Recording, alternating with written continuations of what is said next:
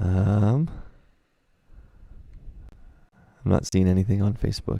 But if we're live, hello, good evening. Let's check YouTube here.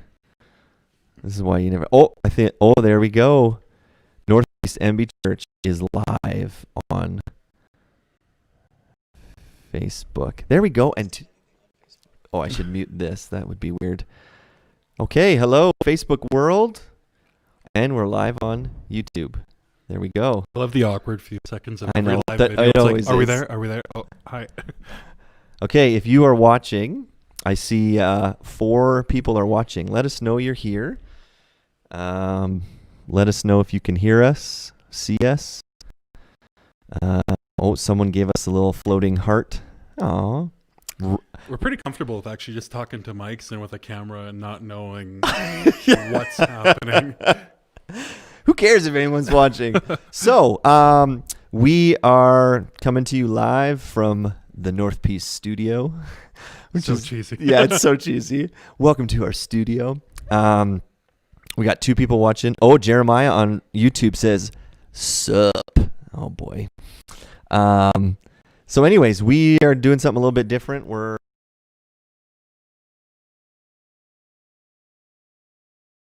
But it's cooler to say our studio. And check this out. Ready? And we're going to do a camera switch. And hopefully you can see that. We are trying something different, so hopefully the system doesn't just crash and burn. And anyways, so welcome to the Wednesday night Q&A. Suzanne says, hi, Andrew and friend. I guess I should introduce Cameron. So this is Cameron Aggie, the Cameron. the executive director of, is that your title? Salvation Army. That's right, yeah. North. Salvation Army North. Northern Center of Hope. Northern Center of Hope. So how long have you lived here, Cam? 3 years. 3 years and a few days. It feels actually a lot quicker than that, but we were just talking about that this evening where we got the call. We were living in Langley and someone said, hey, what about the North? And I joked, I'm like, Kamloops? Yeah. And they laughed at me on the phone. And they're like, no, there's a place. Like maybe a little bit farther. Kamloops is like the far north for anyone living in the lower mainland. But 3 years in Fort St. John already. Okay. Yeah. So if you don't know, we do a roundtable podcast every week, every Wednesday. And I used to do it with Pastor Don, but he's no longer with us. I mean, he doesn't work here. He's still alive. Good clarifying. Yeah, sorry. What happened? And so then me and Cameron and Corland Fair, we do a roundtable podcast. And then we just thought we were chatting one day after the podcast, and we said it would be fun to bring you guys on to the live Q&A. So Corland can't be here. He had another meeting. But me and Cam are going to try and tackle some of your questions tonight. So this is a reminder. It's a lot more fun if you're interactive. Mm-hmm. So I see 17 people watching on Facebook. So say hello. Let us know where you're watching from. Fort St. John. And we have 4, maybe 5 questions. But if you have other questions that you want to ask or clarifying things that come up, please type in the comments, let us know, and that we'll just do our best to try and answer any questions you have, right? There is no such thing as a dumb question. There sure is. I've asked several. Okay, so we're going to dive in, and we'll just kind of go through. Susan said she's watching from the North Pole. No, that was 2 days ago. Oh, because it was freezing cold 2 days ago? I hope that's what you mean. And now it's +8. Okay, so first question. Question number 1. Have you watched the Chosen series? If not, why not? And if yes, what are your thoughts? I'll throw it to you first, and I'm going to switch the camera angle. I actually had to Google it. I did. So I went. You've never heard of it? Okay. I might have seen it. It's 2017. I typed it into Netflix to see if I'd watched it before. And I saw it. It looks like, from, of course, just IBDM, it looked like a interesting 8-part series on the life of Jesus. Right. I did not actually watch it, and why I didn't watch it, I don't personally spend a lot of time in TV, and you know, to be completely vulnerable, after Passion of the Christ, I never really jumped on the Christian TV Yeah, right. bandwagon, and not just because it was like a religious TV, let's flock to a theater to see a reenactment, but with anything, I'm a very critical type person, and so I often think like, that's a lot of filler information generally, like, because Sure. you know, like with any movie made from a book, there's just so much to fill in just because of all of the things were not shown. And so I actually remember, and I don't remember it may have been Lord of the Rings, that whole thing where I'm reading the book and then you see it brought to life, and like, okay, that's cool. And so I just never jumped on the made for TV kind of Sure. reenactments of the Bible. Not from anything against them by any means, just a personal perspective. Yeah. So let us know in the comments if people have seen The Chosen. So I've watched maybe 4.5 minutes of one episode. So I have not seen a whole lot to be able to be like, it's amazing or not. Mm-hmm. The only reason is not because I think like it's bad or anything. I mean, I've got 3 little kids, and by the time I put them to bed, Cam will tell you this. Sometimes they'll text me at like 8:45 and 9:07, and I'm already asleep. Yeah. So for me, I just don't have like the mental whatever, because we're just in a season right now where it's like our kids are up at night, and anyways. There's just so much though, like if you look back at the Christian quote unquote films that have been produced, I think the last big craze that had Christians flocking to the theater was Noah. And I see all the comments only to arrive at the theater thinking like, this is complete heresy. Like this has right. These are interpretations of Yes. a really distorted script and text. And truth be told, like a few weeks ago, it was kind of like a joke night where Tatiana and I, my wife, said, let's watch it. Did you actually watch it? We watched it over 2 nights because it was more comedic. Like it was right. It was wrong. It's like someone searching or like seeking for would be truth. like, oh, Noah, that's like, a Bible story. That's not how I thought the story went. Right. Or like, and it was dark and heavy the entire time, and missed the mark on scripture. And through my own personal perspective and memory, I can think of, you know, and I don't want to be controversial in the first question on the first guest night of the whole Q&A, but I remember the Heaven is Real movie and book that was produced. Thousands of Christians around North America flocked to movie theaters feeling an emotional sense of euphoria, only to discover later through revelations of the author and the video producer themselves, like it may have been falsified in many ways. Right. Saying nothing about The Chosen because I haven't watched it. I start from that position, and so if I were to watch it, I might like Google the director, right, the person who produced it, find out what their stance is before I invested 10 plus hours of my time into this 8-part series. Right. So thanks, Cam, for coming on for the first and last time. No, I'm just kidding. see you all never. So I did watch an interview with the director of the Chosen, and it seems like from what he said, like he's a born-again Christian, and he wanted to make a really faithful to the Bible version of the story, which is neat. So, but yeah, for me, the only reason I haven't watched it is just sake of time. And I guarantee you, I would start it and I would fall asleep every time during the middle of it, and so I'd have to restart. So maybe once our kids are older, I'll actually watch it. But I hear they're trying to like get a second season. I was gonna say bootlegged, but that's not the right word. Right. Crowdfunded or whatever you call it. Debbie says, I'm not keen on Bible movies. they take way too much artistic liberty. I find they don't follow the Bible. Yeah, because what was that other one with Christian Bale, and it was about Moses, and it was like, was it just called Exodus? I believe so, yeah. Yeah, and I remember like the whole burning bush thing. They kind of insinuated that he like fell and hit his head and just like hallucinated it, Right. and like stuff like that. You just kind of go, oh man. And that's the artistic liberty that is like yeah. necessary to fill the gaps. And Best movie based on a Bible, The Prince of Egypt. Anyways, moving I've on. also not seen that. Yeah. So yeah, I would. People have said, would you recommend watching it? Sure. I don't think there's anything wrong with watching The Chosen. Again, if it's like I watch The Chosen and I don't read my Bible, like maybe you should kind of like. Yeah, there's enough elementary school and high school teachers that would say that's not the way to learn yeah. anything. Did you do your book report? I watched the movie. That's right. Yeah, totally. I'm guilty.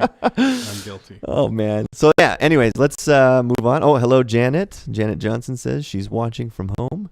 Thanks for joining us. Yeah. So we'll move on to the second question.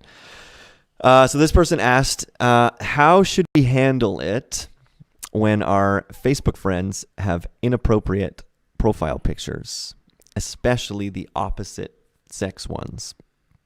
Right. So, for instance, for me, what if I have female friends on Facebook? What happens?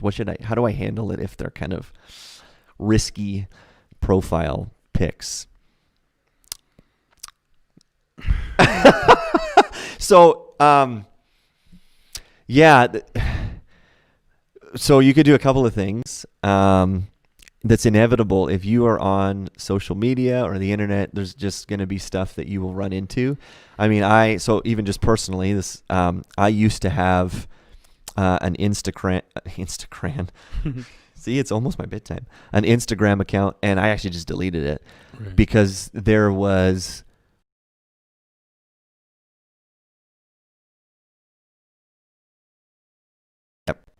Kind of bombarding me, and so I finally just said, like, I don't even want to. It's not worth it. It's not worth it. So I deleted my Instagram account. So with so you're gonna run into this. I mean, there's a few things you could do. You can just unfollow people if their pictures make you uncomfortable. But I guess maybe what they're getting at is like, should I talk to this person? Should I like confront them, or just let it lie? I guess. And that would really become foundation of the relationship is really where you begin on that, because through my perspective, I have hometown friends, people who I knew 30 years ago and we went to school together, friends on Facebook, and I've had to actually unfollow. So you don't unfriend, you don't make that awkward because we're not close anyway. Yeah. You can unfollow, you can hide posts from that individual. It gets definitely a little more complicated if it's a person in the church, or if you're someone that you have a relationship and you're seeing a dual life, or you're seeing maybe this area of sin, if you wanted to get to it. But then confrontation is really quite interesting, because often we confuse Christian accountability with like, it's my duty to call out everything I see all the time. Yeah. And that is a slippery slope, and it's one that we have to be very careful with, because we run into that temptation of just wanting to run around slapping the meter stick on people who are doing something wrong. That said, like, I have a couple of good friends, and I've been called out on things in my life, and I've done the same to them just the other day on a text, really, like, that's what you're doing? Come on, man. Yeah. And you can actually be a little more blunt because a relationship is already there. And so I think as Christians, like, we are not responsible for everyone's behavior. We are responsible for what we engage with. Right. But there are people in your networks who, absolutely, you should call them out. It would be that text, that love and relationship saying, really? Come on. Yeah. Karen. Just because that's, I apologize to anyone named Karen, but that's the word of the year. I think that is. I would agree with you. I think a couple of things. There's a difference between the standards for a Christian and a non-Christian, because for like a non-Christian, they don't really care about that, right? They wouldn't, they don't. This is not their like what they follow. So there's that. But if it is a Christian, then they follow a different standard, right? And there's lots in here about, I shouldn't say lots. There's stuff in here about modesty and like, sexual integrity and stuff like that. Mm-hmm.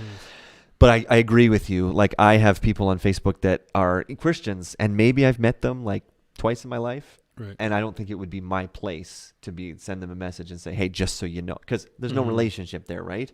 I think if whoever this person is that asked, if it's like friends of yours that you see on a regular basis and there's trust and you have a relationship and they claim to follow Jesus, then I think you have I don't want to say like a right, but you can legitimately in a loving way just kind of say, hey, like, what are you doing? Are you sure that's the best picture that you want to put up on the internet? Or did you realize that this? Yeah, and we live in a day where it's like I can do what I want and I'm not responsible for anyone's feelings or the way people perceive me. But in my field of work, we and even in my marriage, my wife has English as a third language, and a lot of our employees have English as a second or third language, and so sometimes what they mean is not perceived that way. Right. And so they're entirely responsible in some sense for the way people perceive them. Yeah. And there's an extra layer of responsibility that they have that, sure, it's not fair and it's difficult, but that's just the reality of where they are today. Yeah. And so I think where we can lean to is like, and there are examples of individuals who may be very proud of their physique and where they've come and where they've matured, but not realizing it could actually be quite risque, like you said, and cause people to stumble. So I think that if we're honoring God and we're trying to live righteously, we have to consider those layers. Sure. We have to consider the implication of even our healthy sense of pride in our physical appearance and in the way we want to portray ourselves to the community. We just don't get to do that carte blanche with no accountability or responsibility. Yeah. No, I would agree. So yeah, at bottom line, if it's really making you uncomfortable, yeah, you can unfollow them. And Jeremiah says, just unfriend them. LOL. So it could be causing someone to look. Maybe the Holy Spirit is prompting you to pray for that person if you're not connected.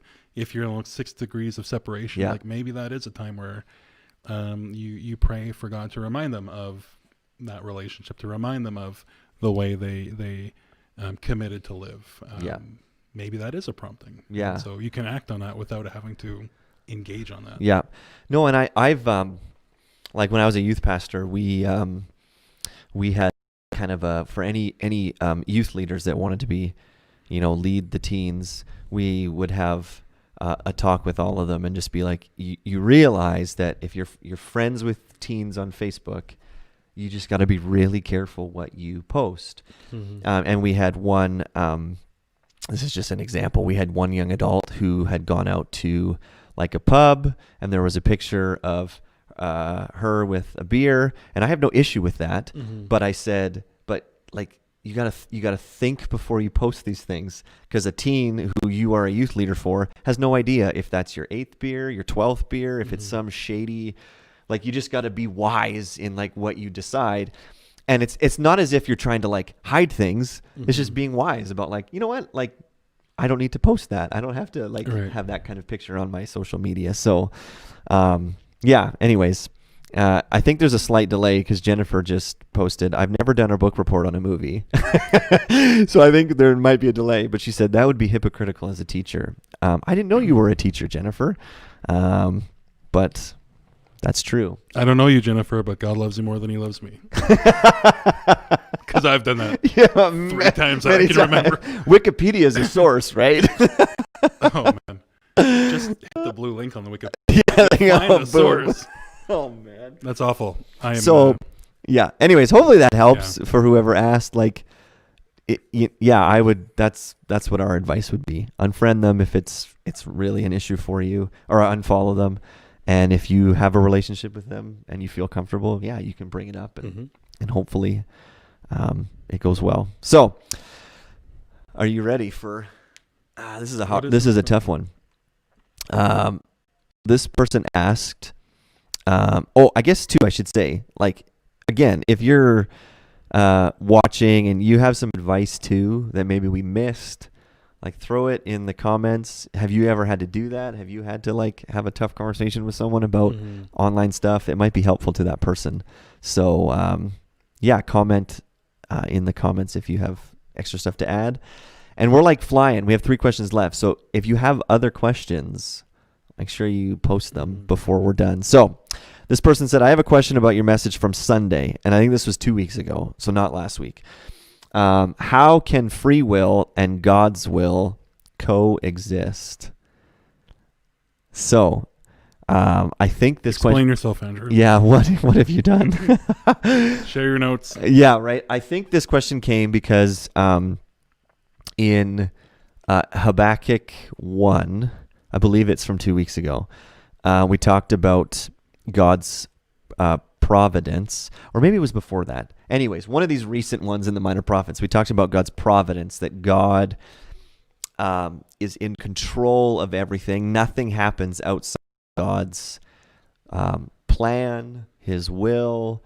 And the example was lots of times, like it says that he was going to raise up Babylon. So like this terrible nation rises up and God says, I'm the one that raised them up. And you kind of go, wait, what? This like terrible, wicked nation. And God uses Babylon to punish Judah. And so we talked a little bit about, okay, nothing happens outside of the will of God. God is in control of everything. And so I think this person is asking, well, wait a second, like, so then do we have free will at all? Like, do the choices I make, are those just like predetermined by God? Or, you know, when I wake up and make decisions, am I actually making them? Or is God just like, right? Are we puppets? I think that's what this person is getting at. And that's like the age old question, right? Even, you know, the Bible talks over and over about God chose us, he predestined us. And then people go, but wait, like I chose to follow God, like in my free will, I chose to surrender to Jesus. So what is it? How can those two things go together? How do they word it? How can free will and God's will coexist? So there's let's answer the debate that's been going on for 2,000 years. And Austin also said, cool, just logged on. This is a new format. It is, Austin. We probably won't do this every time, but this is our new format for tonight. So anyways, Cam, how can those two things go together, or are they opposites, or like how do you make sense of that? So without the backstory of the question, with the sermon connection, when I was thinking about that just this afternoon, I was thinking like from the perspective of will alone, and I think like so many issues with language, we get hung up on words, and we actually can kind of confuse will with desire, dreams, hopes, visions of our own selves, right? And God's desires for us to grow within righteousness and through the process of sanctification. And you know, easy plug for the podcast, but over the last number of weeks, we've been unpacking even this morning around covenants. Yes. And covenants made and relationships made with God, knowing the end from the beginning, knowing that despite the agreements that what would happen.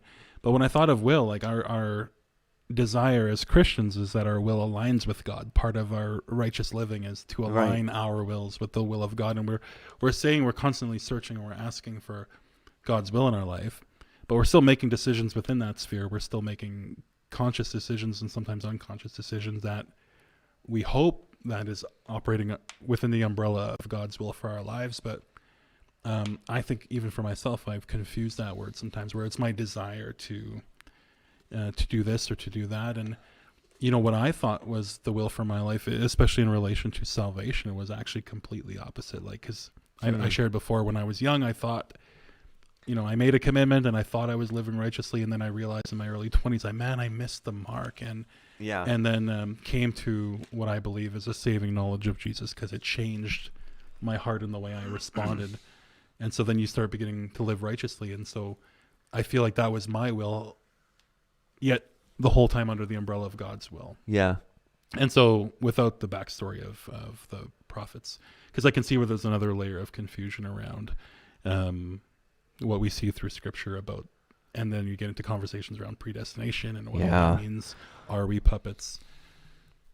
And it's a beautiful mystery in some sense, because God does know our thoughts and our moves and our actions. But at the same time, we see scriptures that are really conflicting that we have to wrestle with the tension where actually we see arrangements or arguments and almost wrestling with, okay, God changed the plan. Like there are people worth saving. Yeah. And we see that exchange of like, no, there's 20 or 10 or 50. And that's quite interesting too, because that pushes against that.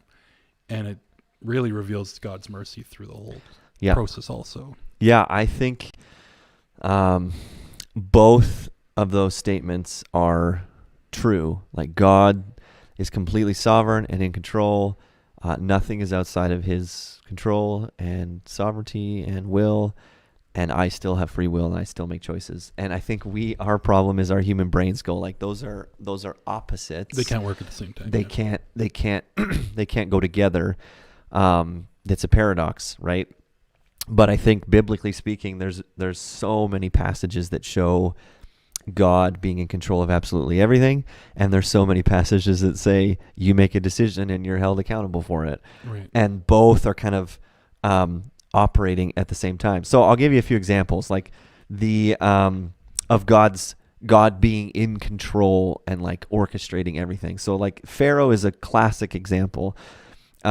Because in Exodus 4, it says, the Lord said to Moses, when you go back to Egypt, see that you do before Pharaoh all the miracles that I've put in your power, but I will harden his heart so that he will not let the people go.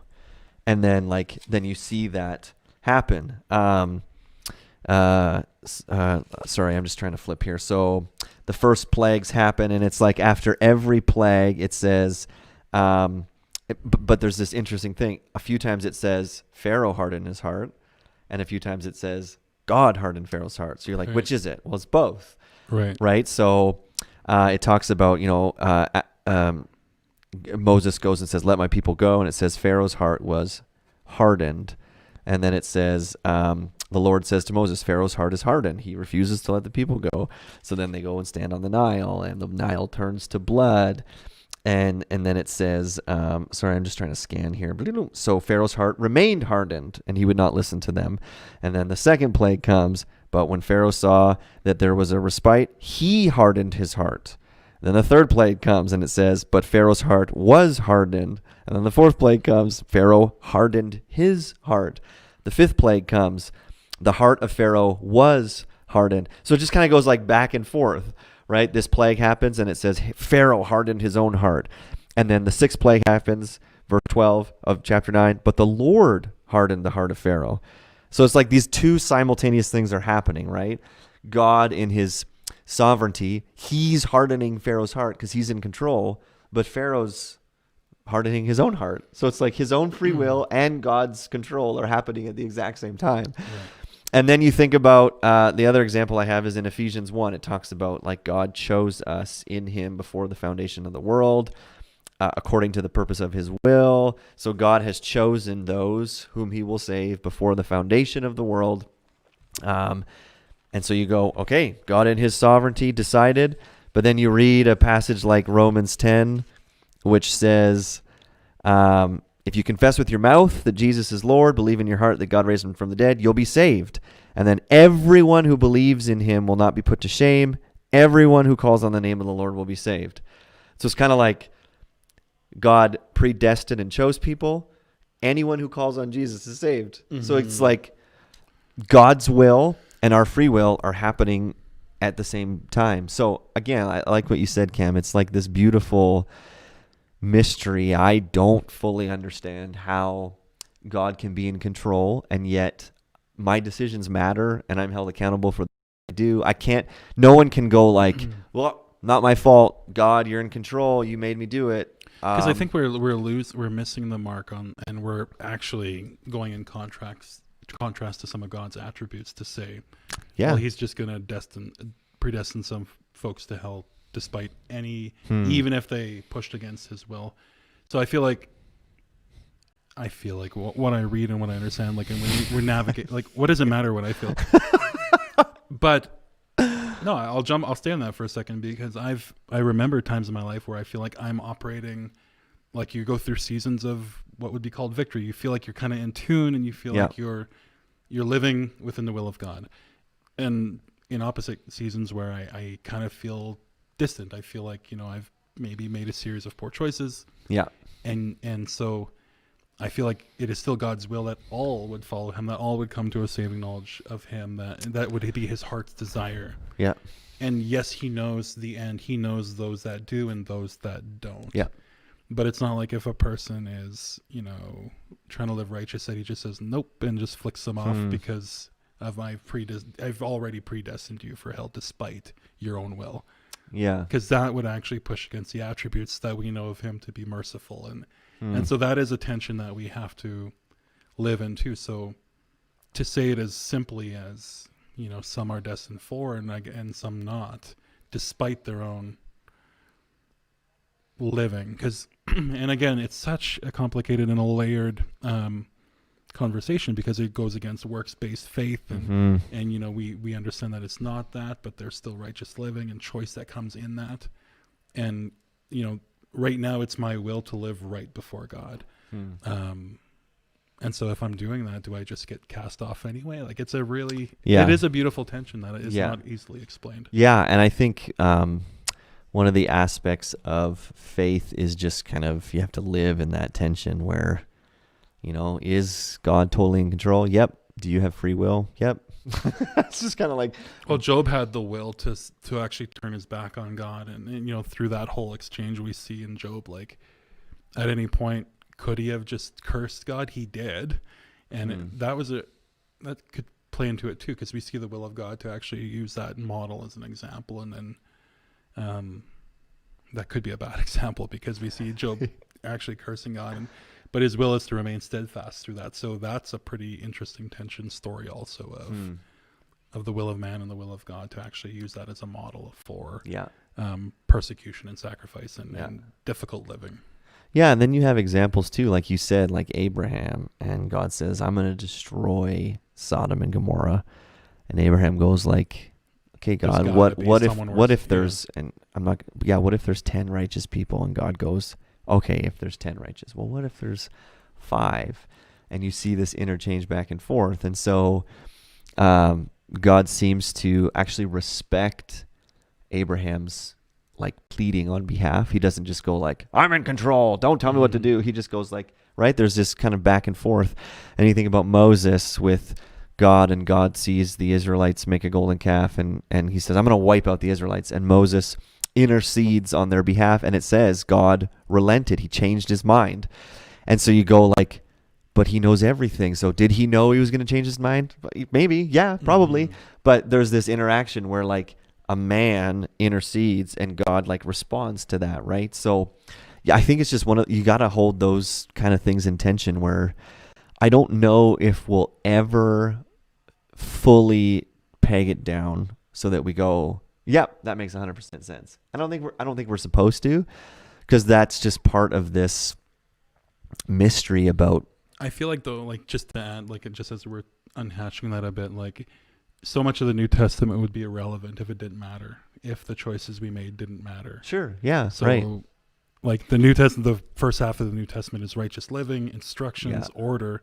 What for? It would be irrelevant, a waste of time. Why would the Holy Spirit and God invest in that instruction if our will and choices did not matter? Yeah. Because on one hand, if it's only God's will and sovereignty, then it's just fatalism, and every single action and decision and sin and thing that I do, it's fatalism. It's already been decided for me.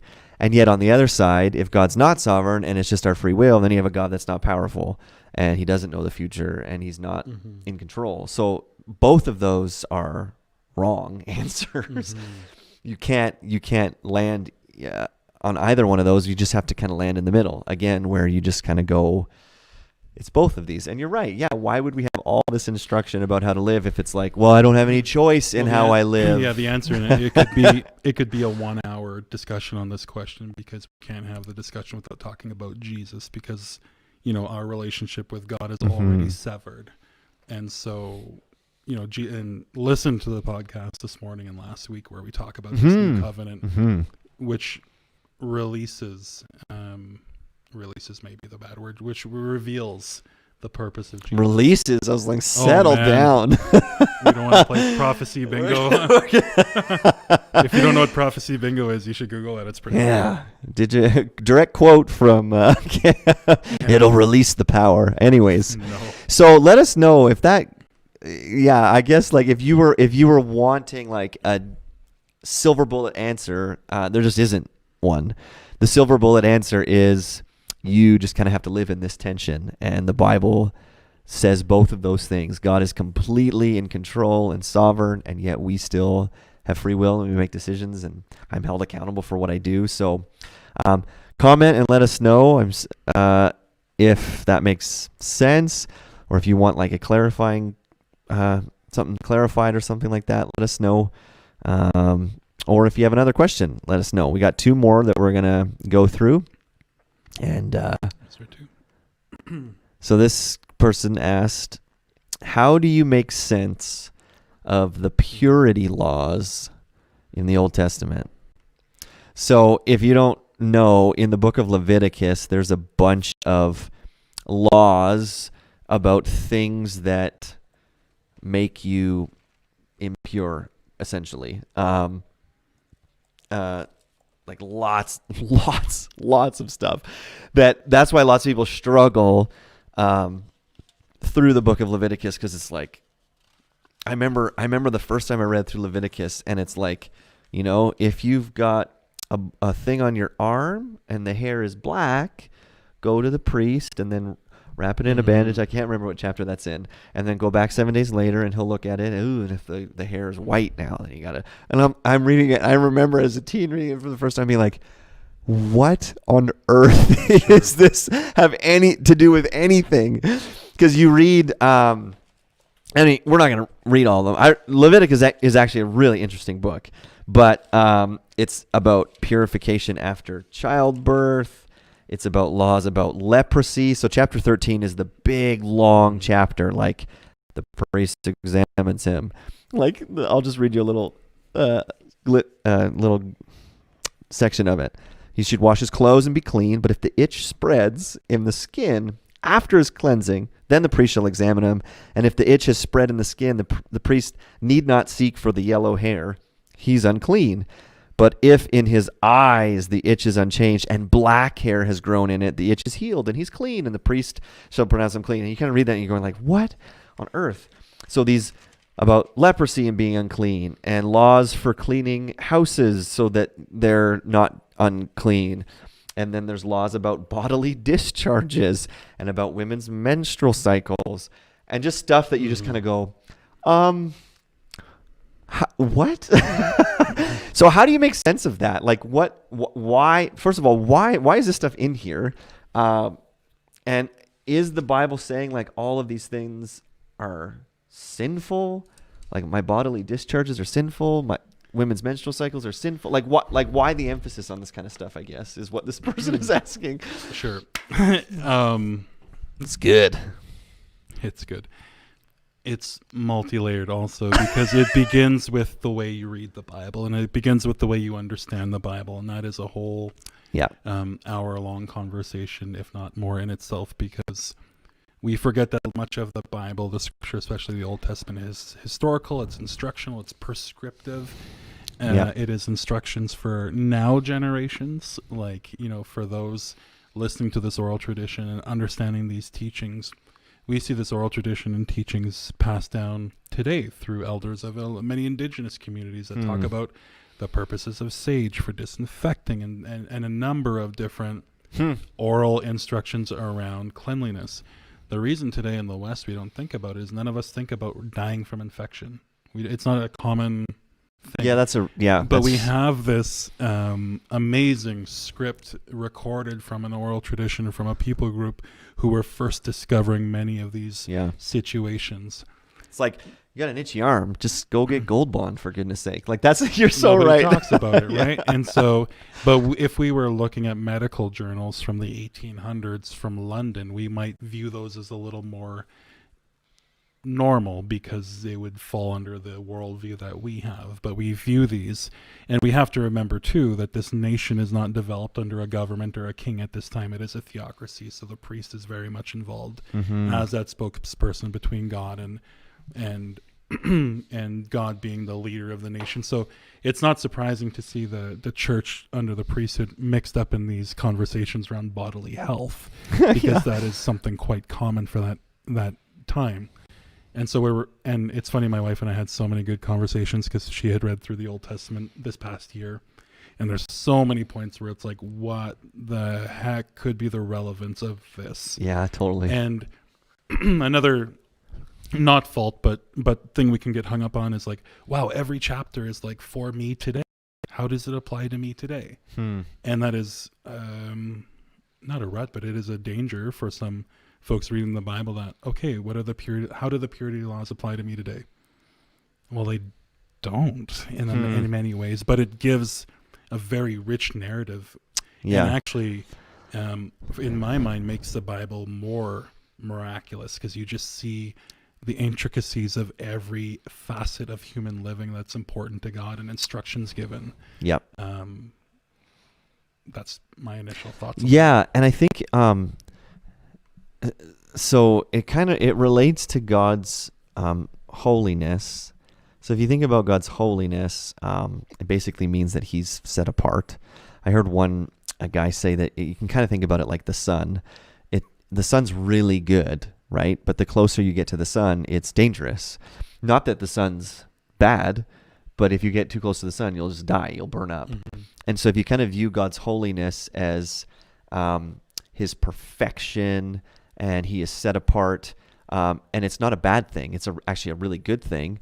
But in the Old Testament, you see anyone who kind of gets close to God's holiness without doing certain things that he prescribes, they die. And not because God's mean, it's just because he's so perfect and so good that sinful people can't. But there's a layer there too, because like not, entering, the temple or in some of that, like that resulted in death was not necessarily the same as, infection in the home. Or So that of a, there's things related to sex within a marriage that there are some very basic instructions given as how to avoid something as simple as infection. Yeah. So and when you say it's multi-layered, I totally agree. But some of the laws here, it's not that God wanted.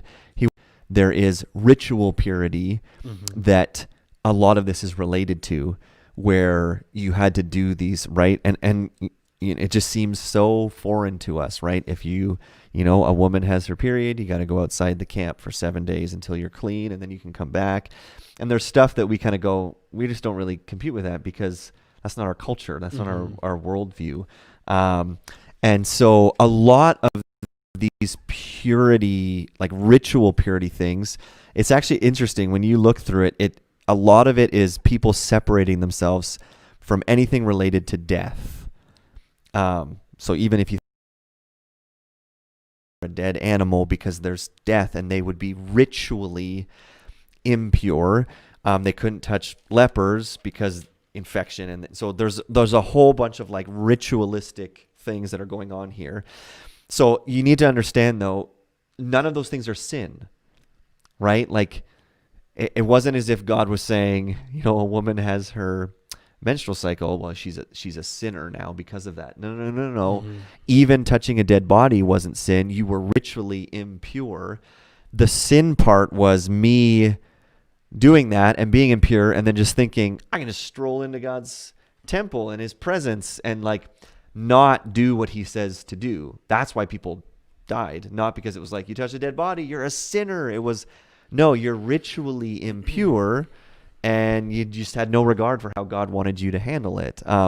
There was this thinking that if you touch something impure, well, then it transfers its impurity to you, which is why there's all this like, go to the priest, wrap it, don't. So I think there is a medical part, but I think they had this idea that impurity spread through, you touch a dead body, which is impure, and now I touched it. Now I'm impure.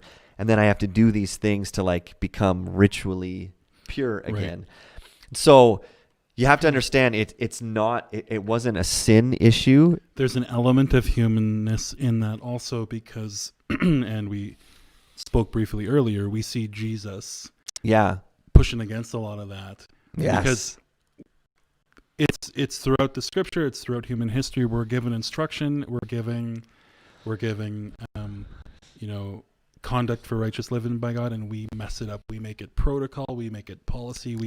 We add all of these levels, and then you end up with Sadducees and Pharisees and missing the mark. Totally. From original Holy Spirit instruction to people to remain pure morally in your heart, in your body, and then we just take it and run, and then we end up with this really convoluted sense of what we believe is pure. And we see that through the person of Jesus pushing back on that, putting himself in situations that would then deem him impure. Oh, I know. It's so good. So Jesus comes on the scene, right? And he does all of these things that you like what you just said. He would be classified as, you are now ritually impure. You can't go to the temple. You can't do certain things. But Jesus goes and he does those things, and he doesn't become impure. He actually makes people pure, which is super fascinating. And we touched on it this morning, only after he began his ministry as Messiah, so to speak. Yeah. Having complete, like he would have lived this righteous way up until he began his ministry. Yep. So that's what made it kind of profound, is by saying, okay, now I'm a rabbi teacher taking on disciples. And we talked about it this morning. Yeah. Okay, listen, the way you've read it, the way you've understood is not the way it was originally presented. And then we see this beautiful ministry that ultimately got him killed because it was blasphemy to those who took that original instruction from God and really warped it and missed the mark of what some of those intentions around purity. Yeah. Yeah. So like in the Old Testament, if you touched a leper, you were then declared unclean as well. And I love it. In Luke 5, it says, there came a man full of leprosy. And he saw Jesus, he fell on his face and begged him, Lord, if you will, you can make me clean. And Jesus stretched out his hand and touched him, which was like a huge no-no. And he says, I will be clean. And immediately the leprosy left him. Isn't that amazing? Like the guy probably cloaked himself to get into town because you're in because that camp. you had leper colonies, Sure. and literally you had to walk around with your hand over your mouth so that you didn't spread it, and with your arm raised. They didn't have good masks. Oh boy. Sorry, folks. Didn't have their N95s. And they would say, unclean, unclean. So everyone goes, there's a leper. Stay away from him. So you're right. He probably snuck into the city, and then Jesus touches him and he says, I am willing. You can be clean. Mm-hmm. And Jesus actually makes him clean. Jesus doesn't become impure. But then look, it says, immediately the leprosy left him, and he charged him to tell no one, but go and show himself to the priest and make an offering for your cleansing as Moses commanded for proof to them. So even Jesus says like, okay, I just made you clean, but I want you to still go and do what the law says. Mm-hmm. Like go show the priest, right? Like we read in Luke 13, go show the priest so that you can actually enjoy life now. Because a leper couldn't just be like, sweet, I'm free now. It'd be like, you didn't do the proper steps, right? Another example, if you touched a dead body, you were declared unclean. And in Luke 7, you read, he went to a town called Nain, and his disciples and a great crowd went with him. As he drew near to the gate of the town, behold, a man who had died was being carried out, the only son of his mother, and she was a widow. It says, when the Lord saw her, he had compassion on her, and he said, don't weep. He came up and he touched the coffin, or they call it is it B-I-E-R? Is that buyer or beer? He touched the beer? I don't think Jesus touched beer. And the bearer stood still, and he said, young man, I say to you, arise. The dead man sat up and began to speak. Fear seized them all. A great prophet has risen among us. God has visited his people. So Jesus touched a dead body, touched a coffin, and he did not become impure. He raised someone from the dead. Any Pharisee in sight would be a certain meters back. Right. And because you don't go near a dead body, because then you're impure and you can't go to the temple and you can't offer sacrifices. The other time in Matthew 9, right? So a woman who was bleeding impure. If you touched a woman who was bleeding, you are impure. And it says that there's a big crowd around Jesus, and a woman reaches out and touches his cloak, and immediately, like, she's healed. It says that Jesus felt power go up from him, which is just awesome. But he doesn't become impure. She's made pure. She's made pure, and she's healed. And he's on the way to raise a woman from the dead. Not, I was going to say Lazarus, but no. Jairus, his daughter, right? And he takes the girl's hand, so then he touches a dead girl's hand, and she rises from the dead, and she's made pure. He's not made. So it's just amazing when you see Jesus sitting with the woman at the well, buying bread, exchanging like currency with Samaritans. Like, there's all of these acts through that process to say, like, actually. And again, I'm keep referencing because this is so close to what we spoke about this morning. Just that idea of you read it wrong. Yeah, exactly. You know what I mean? Yeah. Like, this is actually what this relationship looks like. This is what this new kingdom looks like. Yeah. So we don't follow purity laws anymore because Jesus makes us pure. And so we don't have to go like, oh, shoot, I touched a dead body. Can't go to church now. Like we just don't operate like that because Jesus came and he said, like, he didn't say it, but through his actions, he said, I'm here to actually make impure things pure. Like, through my ministry and through my death and resurrection, I make things new. So you look back at the Old Testament and there's again this foreshadow of all of these ritualistic things that people had to do to come into the presence of God. And then God himself comes to us and he touches us and he makes us pure. So it's like we could never do it and measure up. So then God's like, I'm going to do it for you, and I'm going to actually reverse it so that you are pure because I'm the one who touched you. So does that make sense? No one is commenting. They're like, blasphemy. Let us know if that makes sense. I think it's a really good question. And I think much of what you read in the Old Testament can be confusing because it's just kind of like, we don't operate like that. And this is an Eastern book, right? We have to remember that. This is a book about a nation in the Middle East, right? Israel, and then the church that sprouts up in the Middle East. And so we kind of read it with our Western goggles on and we just go, what? This doesn't make any sense. So it's really good to know of the context and ultimately what Jesus came to do, because then it starts going, oh. Then you read Leviticus and all these purity laws and you go, oh, okay.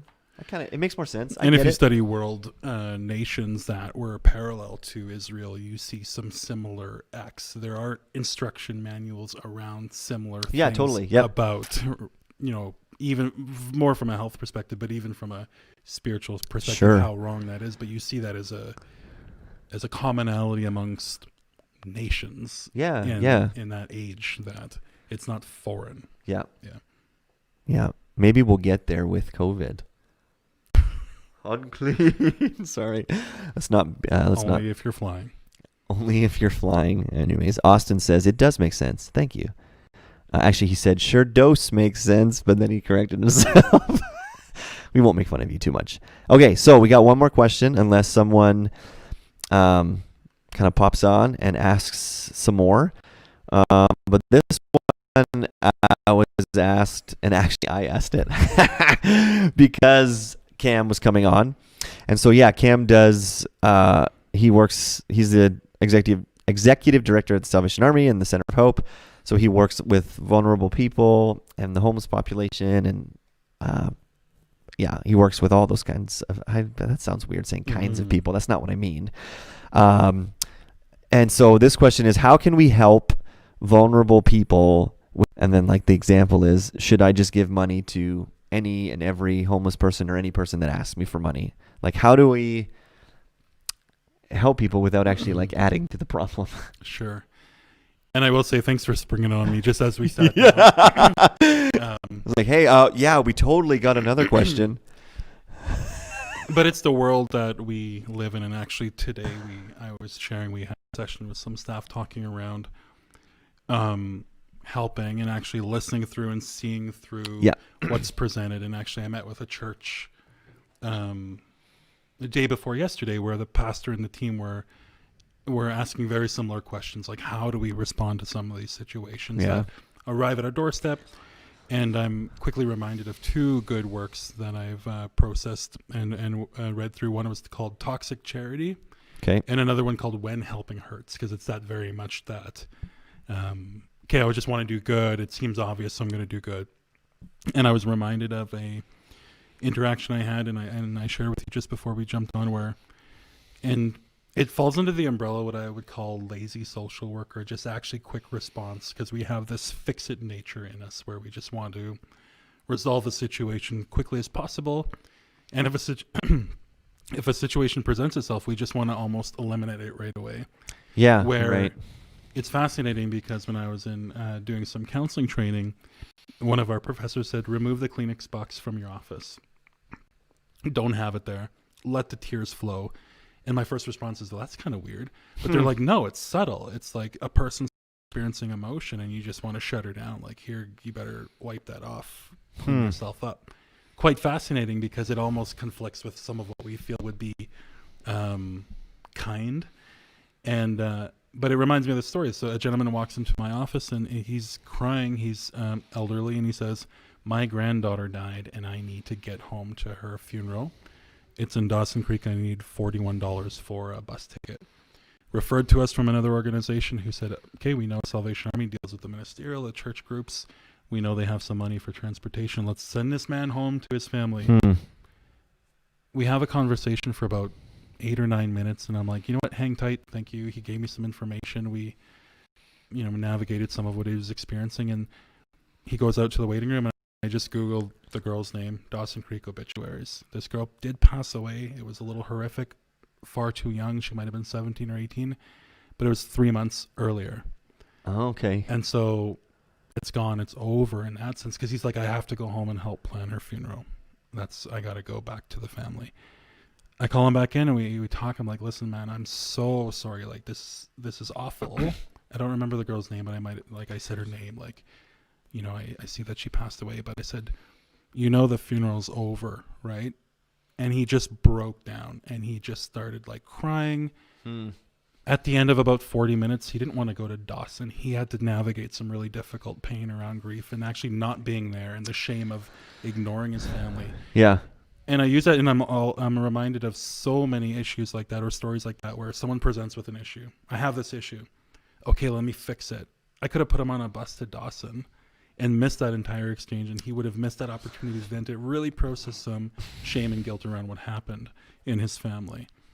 And so he didn't end up going. He walked back down the street, and I haven't spoke to him much since, but it's just that reminder. And so when I'm meeting with this church, they're like, sometimes we have issues that just present and we want to solve them, but what if there's something more going on? So we have a philosophy even in our organization where we deal with folks in crisis, and they'll present in crisis, and they'll present their needs, and if we're able to meet them, we will.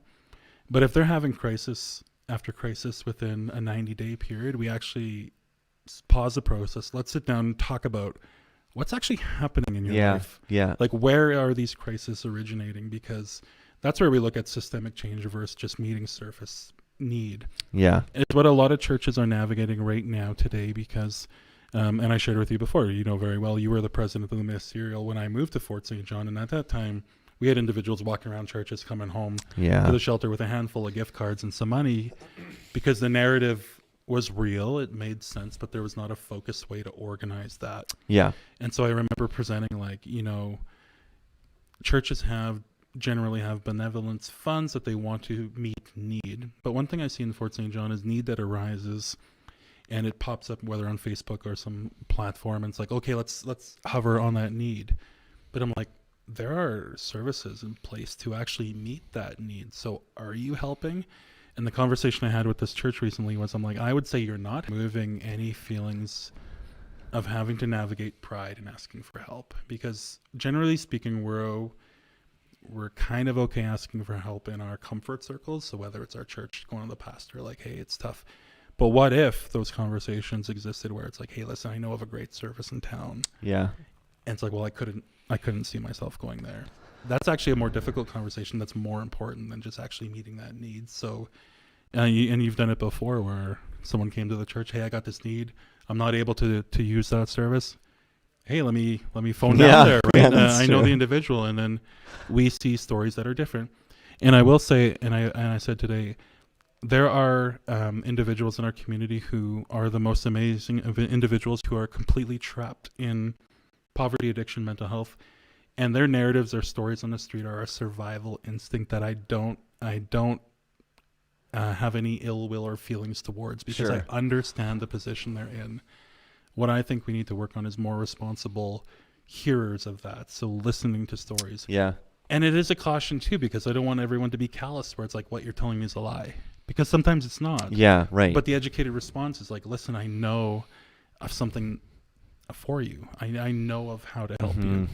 And so I think what that does is actually it helps us be better stewards of a collective resource of knowledge and resource. And it helps us be actually more humane by spreading our ability to serve further. No, that's a great answer. Because yeah, I've learned lots from Cam even. Cause I will say Andrew did, in his goodwill, a couple of years ago, pick up an individual who needed help. and he told me of the story. So here's our good Mennonite pastor driving in his family Dodge Caravan around Fort St. John, and an individual needs help. Do you mind if I? Yeah, go for Okay. it. Individuals in the vehicle, passenger side, sharing story. Of course, not of course, but of course the story changes. The narrative changes, the tone changes inside the vehicle. And now you're in a bubble with an individual who could be a little upset, could be a little aggressive, could have been a little intoxicated. Yeah, he was for sure. And so Andrew escaped that situation as quickly as possible, and then realized later that may have not been the best response to helping.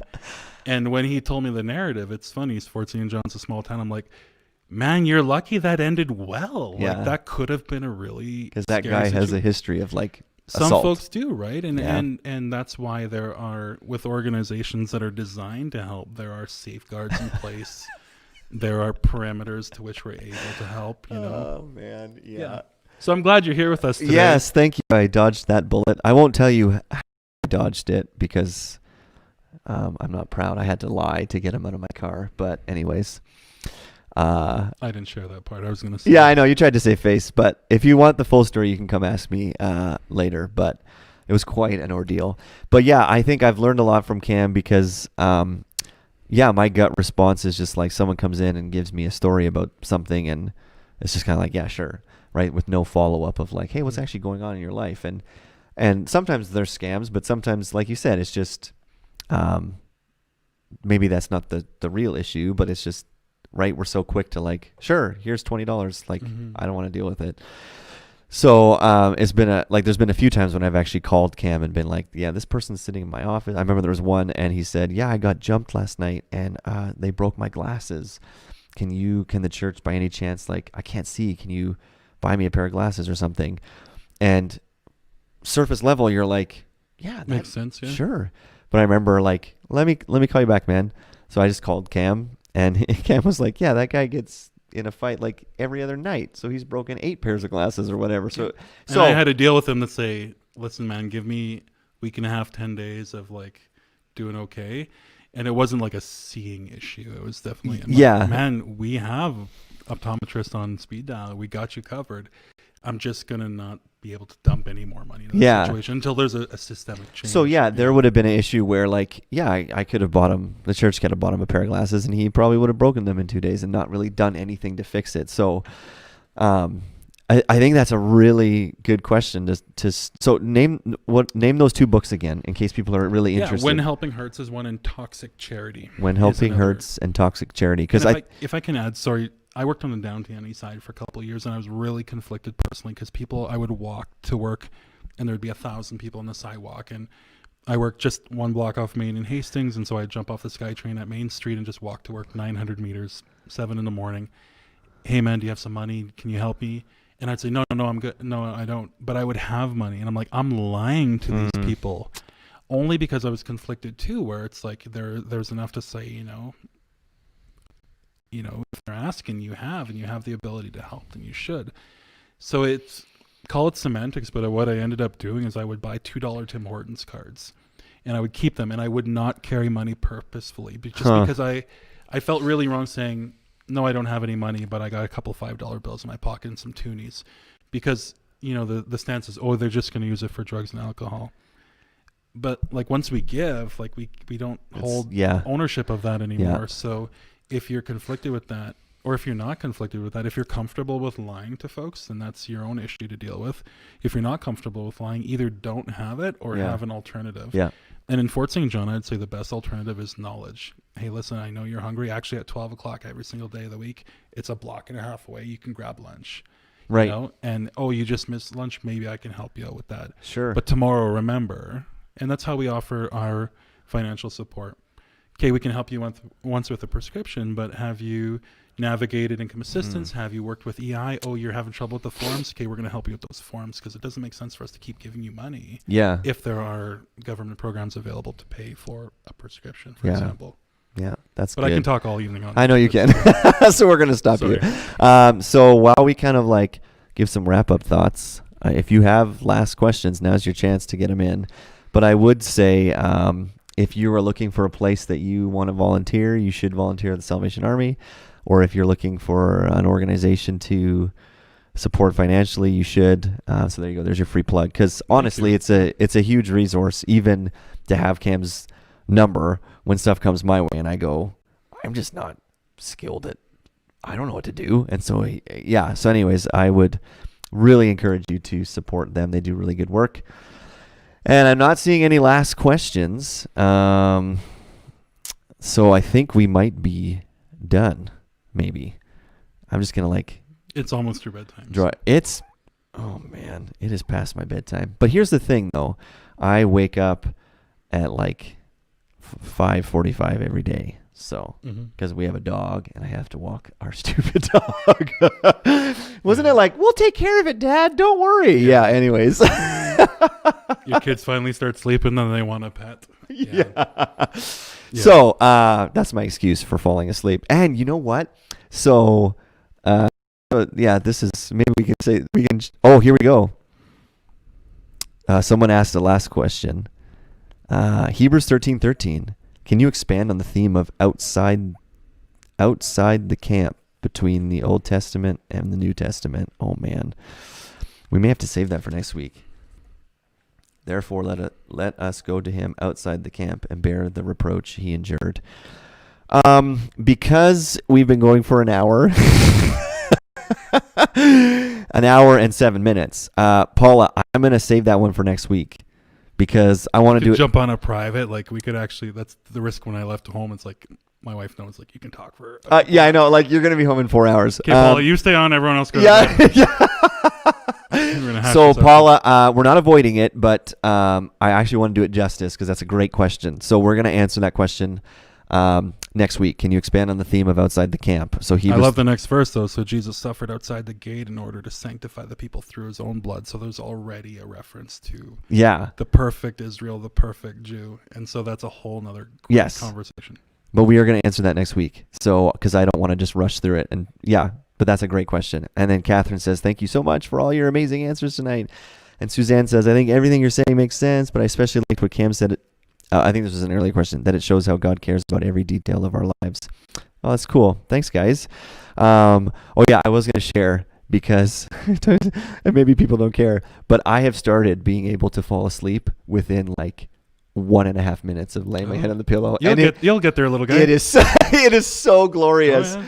And my wife gets so mad because we'll just be kind of talking or reading, and then I'm just kind of I'm gonna go to bed and kiss her goodnight, and literally she's like, you roll over and you are out, and it takes her a long time. So I remember you sharing that, and I'm with you, buddy. Yeah.